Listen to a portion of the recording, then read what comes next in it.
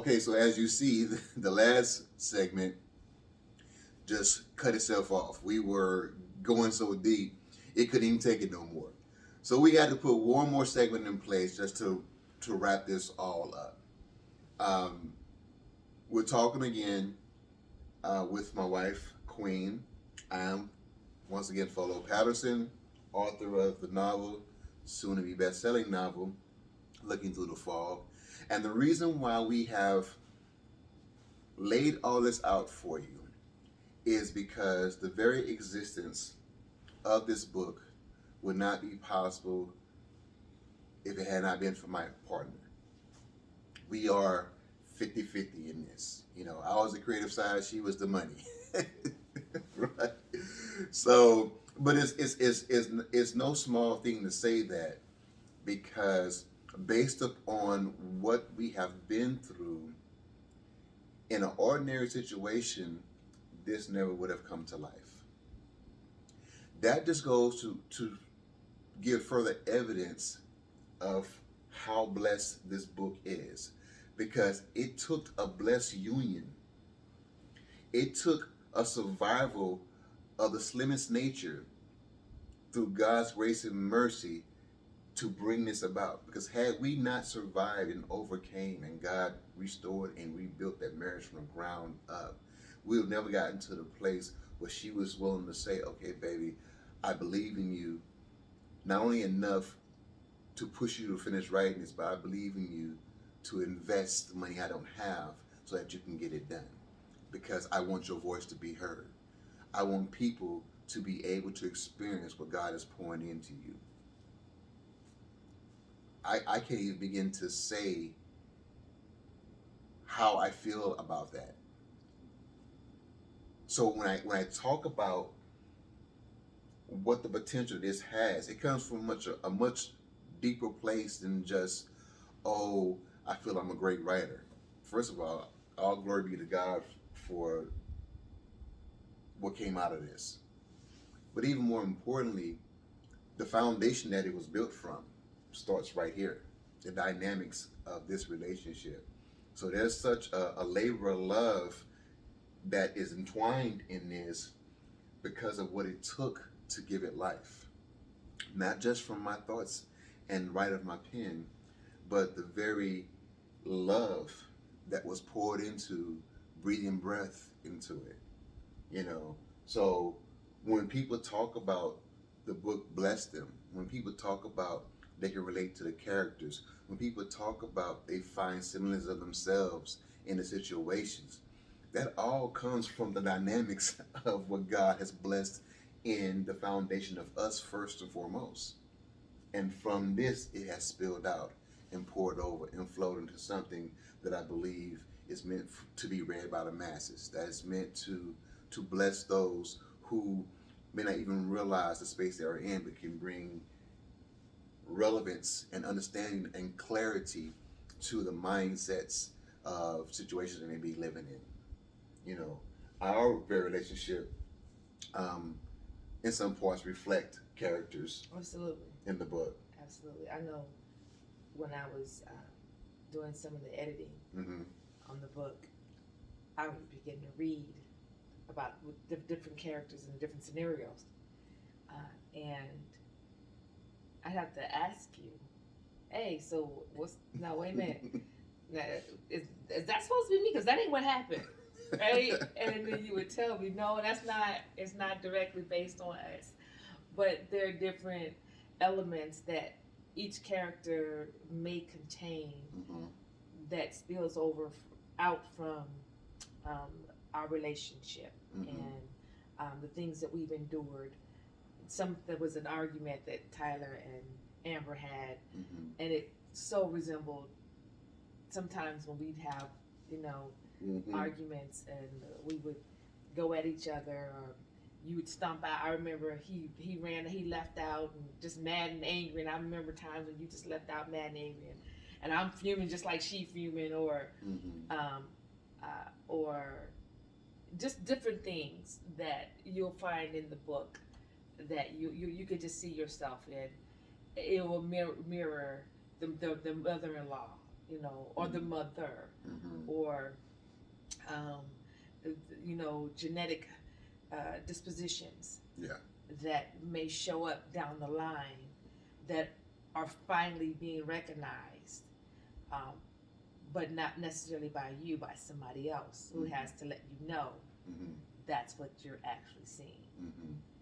So things like that are very uh, uh, much so in the book. However, the hopefully you'll find hope.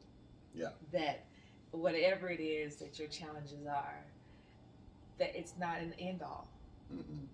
You know, there's always hope. And I think that's what we really wanted to convey with the last two segments and even finishing out this one, is that there's hope, you know, and that's what helped me to maintain, is the hope that I had. We can, you know, secularly say hope and just use that as a singular word, Mm-hmm. but I can't use hope without knowing that my hope is in God, and that He is going to work it all out somehow, some way. Sometimes you can't identify what that's going to look like. Sometimes you don't know. I would have known. You said earlier in the last segment, I wouldn't tell someone to go through 14 years Mm-hmm. and waiting on somebody. But what I would say to someone is take it day by day. Day by day. You know, because that's what I did. I didn't wait 14 years for him. Right. That was not on day one. I didn't. There was not a handbook that said it's going to be 14 years. Mm-hmm. You know, and even when they said 9 years or 10 years incarcerated, even with me knowing the time frame, Mm-hmm. by that time God had already solidified you in Him. Again, showing me that little snippet to let me know it's worth fighting for. It's worth hanging in there. And that's the thing, because there is so much more to our journey that people don't even have a clue of. For example, you just mentioned the 10 years. Okay, I signed a 10-year plea. Was backed into a corner to sign a 10-year plea, undeservedly so. After I had already turned down a 5-year plea, and people are like, well, wait a minute, you turned down a 5-year and signed twice that amount. But see, people don't understand the journey I had to take, and even at the time, I didn't understand it. But it goes to show you that as we are gaining more and more clarity of who we are to be in Him, even sometimes the most windiest road, God would say, there's a purpose for this, because I need to use this to cultivate something in you that won't happen another way. Now, I had an easier route for you to go. But since you weren't willing to go that, now you got to take this back road and go the long way around, because I need you to learn some more stuff that could have happened a long time ago. And I said for better or for worse. Yeah. I did. You definitely got a lot of the worst. Right. I said for better or for worse. I never thought in a million years that worse would have meant infidelity for years. Mm-hmm. And then after infidelity, incarceration. Mm-hmm. Well, I have to sit back and wait for you. Mm-hmm. Yeah. I have to wait for you. After you've done all this to me, I still have to wait for you. Yeah.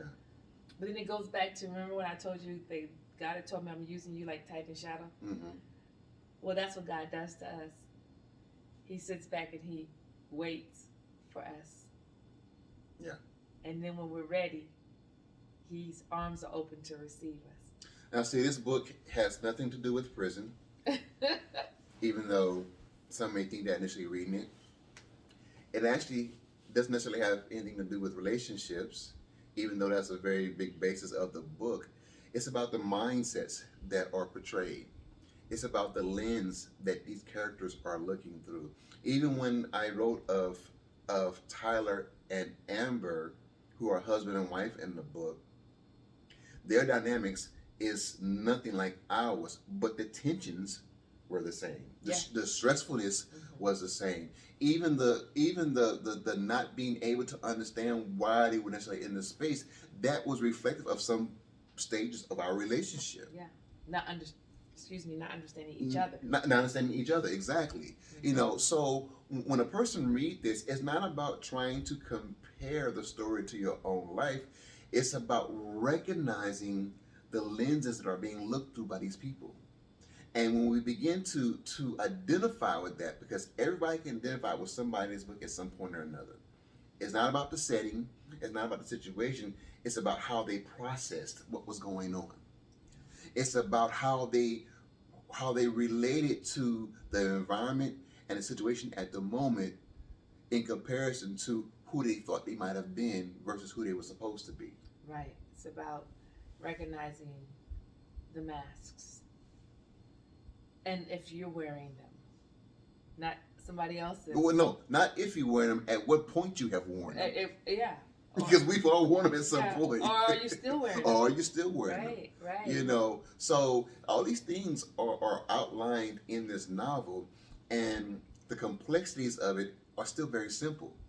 Because even though the storyline goes here and there and it takes you up and down, at the end of the day, when we are not able to recognize that there is not clarity in what we are perceiving, guess what? There's always going to be bad results. Right, right. In some shape, form, or another, the ripple effect that comes out of it will always be something that is detrimental to our well-being. And more times than not, all times than not, when we are not walking in the mindset of God's clarity, there's always going to be missteps. Absolutely.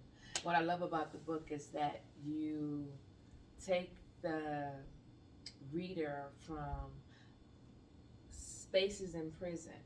Mm-hmm. So if you've never been in prison, in a natural prison, you are maybe, overwhelmed with the things that you hear happens in prison. Mm-hmm. But the truth is that many of us, if not all of us, have been through in a prison on some level. We've been in bondage somehow, some way. Some of us put ourselves in bondage and we remain. Some of us are held hostage by other people and situations in our lives, right? Mm-hmm. And some of that we allowed. Some of it we allowed ourselves to be captured, if you will. Mm-hmm. And are faced in these situations, and now it's like, how do I get out of here? I got here, but now how do I get out? Yeah. Right? And what is it going to take? And sometimes it's not about getting out, it's about your mindset while you're in. Mm-hmm. And that's the fog that we have to be able to see through. Yeah. Right? So I think that's important for them to know. It's, again, great novel. You're going to have, we talked about peaks and valleys. Mm-hmm. It's going to shake you up a little bit. Got a few surprises. But wait, let me ask you this. So, I don't think I've actually asked you this directly. So, the first presentation was a memoir. Yeah. Which was easy to write about myself and my experiences. And after going back and forth with the publisher, had to end up turning it into a fictional book. Yeah. Now, in all honesty, would you have ever imagined that what I first gave you to edit as a memoir would then turn into something like this? No. What did you think, honestly, when you got this rendition? Oh, it was so much better. Yeah. Right? Not that the memoirs weren't good, but the cohesiveness of them. Mm-hmm. It's like you're sharing experiences and things like that, but the cohesiveness of this compared to that Mm-hmm. is so much greater, and it's so much relatable because it's a story. It's a novel, and you see craziness, crazy thoughts, or you see acting out, Yeah. For sure.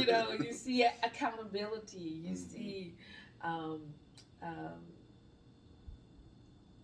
you see compassion.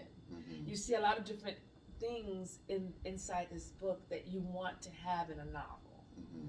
Things that make you, it's not real steady. You want it to be a little bit like this, Mm-hmm.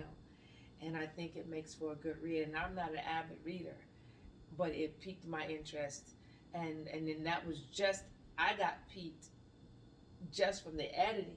Mm-hmm. Now, mind you, we went back and edited I don't know how many times, Right. but but just from the part that I was able to edit, we had other editor come in and help us out as well.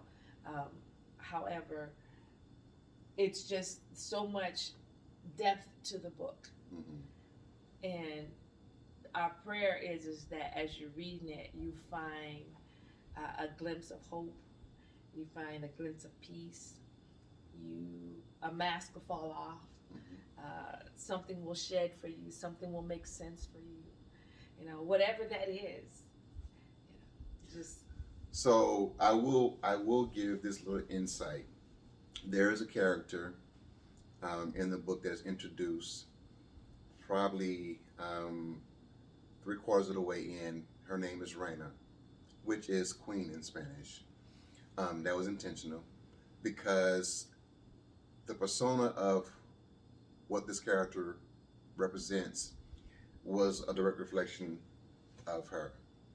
When you are introduced to this woman and you are able to see her interaction with the main characters in the space they are in under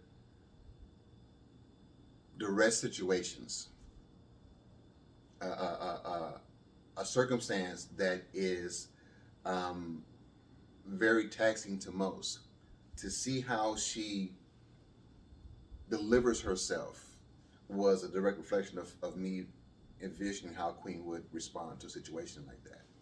So I encourage you to read the book, but as you're reading the book and you get to that character, remember the conversations that we have had, and you will see what I mean about the comparison. Okay, so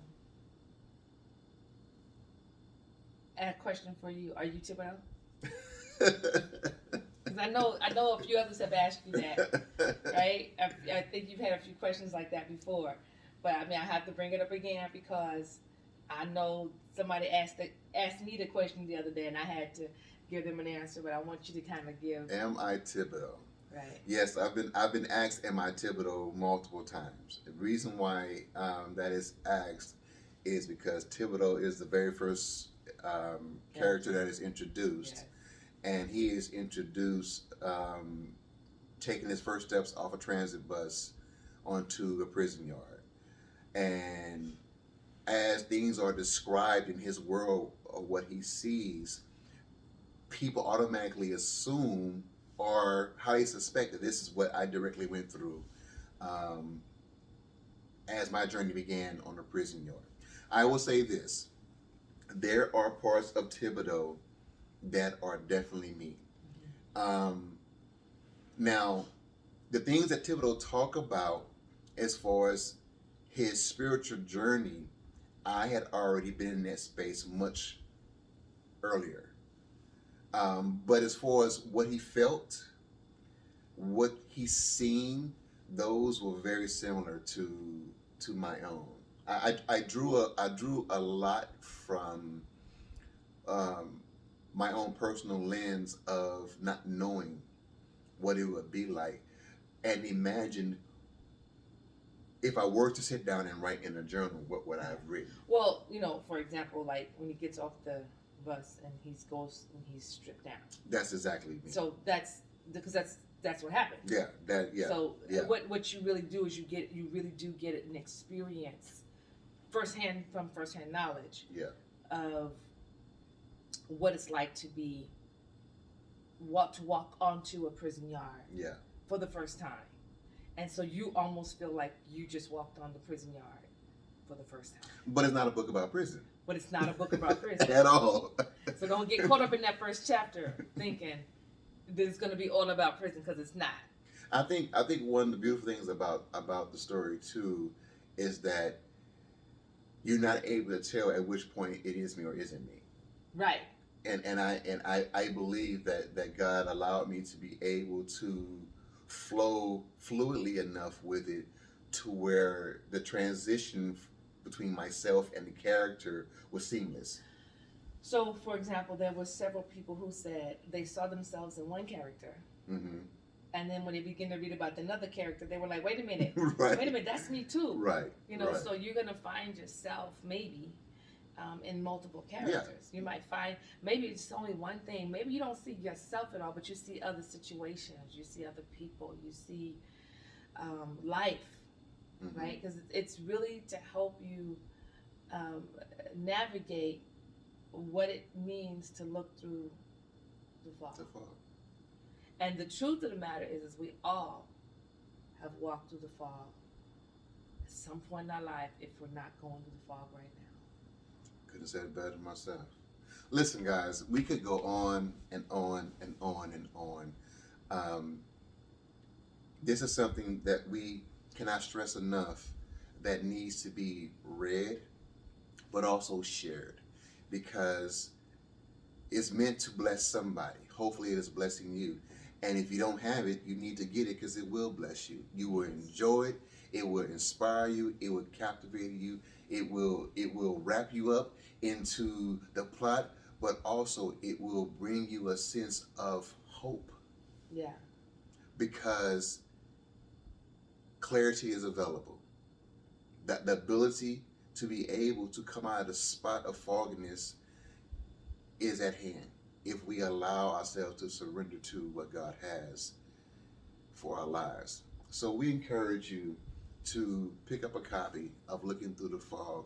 If you already have, thank you so much. We ask that you share it with others. Encourage those that you love to pick up a copy. It's holiday season. What better time than to give it as a gift and plant that seed in somebody else's life. It is readily available. You can go to our website at folopatterson.com. We will be updating the blog there, so I'm going to be become more interactive with the backstory of the characters and the plot on the blog as well. But you can leave messages there. You can reach out to us. You can go to all online vendors and purchase there as well. We don't care where you get it. It is available in ebook. We just want you to get it. And the more you are able to share it, the more you will see that lives will be blessed and changed from it. Please give us your feedback. We are definitely looking for any and all comments. You know, I by no means think that I'm a master writer.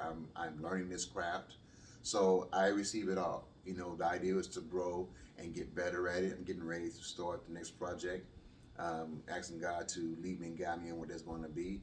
But as you pour back into me, then I'm able to pour back out. So, and if you're watching these convos, make sure you like, share, and please subscribe. Do. Like, share, and subscribe. Right, because that allows us also to be able to do more, even live YouTube videos with more subscriptions. Yeah. Then more viewers, and then share it with somebody else, so they can be encouraged. And the idea is that we want to grow these combos to even bigger and better things. This is where we're starting at right now. Yeah. But I do believe that, you know, there's so much more that is ready to pour out. You know, we want to be able to explore this and expand this as much as possible. But it only comes with your help. You know, we need you to, like she said, to, you know, like, share, and subscribe so that the word can spread. And, you know, the more that people are aware that this is available, then the more people that can be affected by what we have to offer. So we love you. You know, we thank you for your support. We thank you for your time and your attention. We pray God's blessings on your life. And we say take care. Until next time, love and peace. God bless.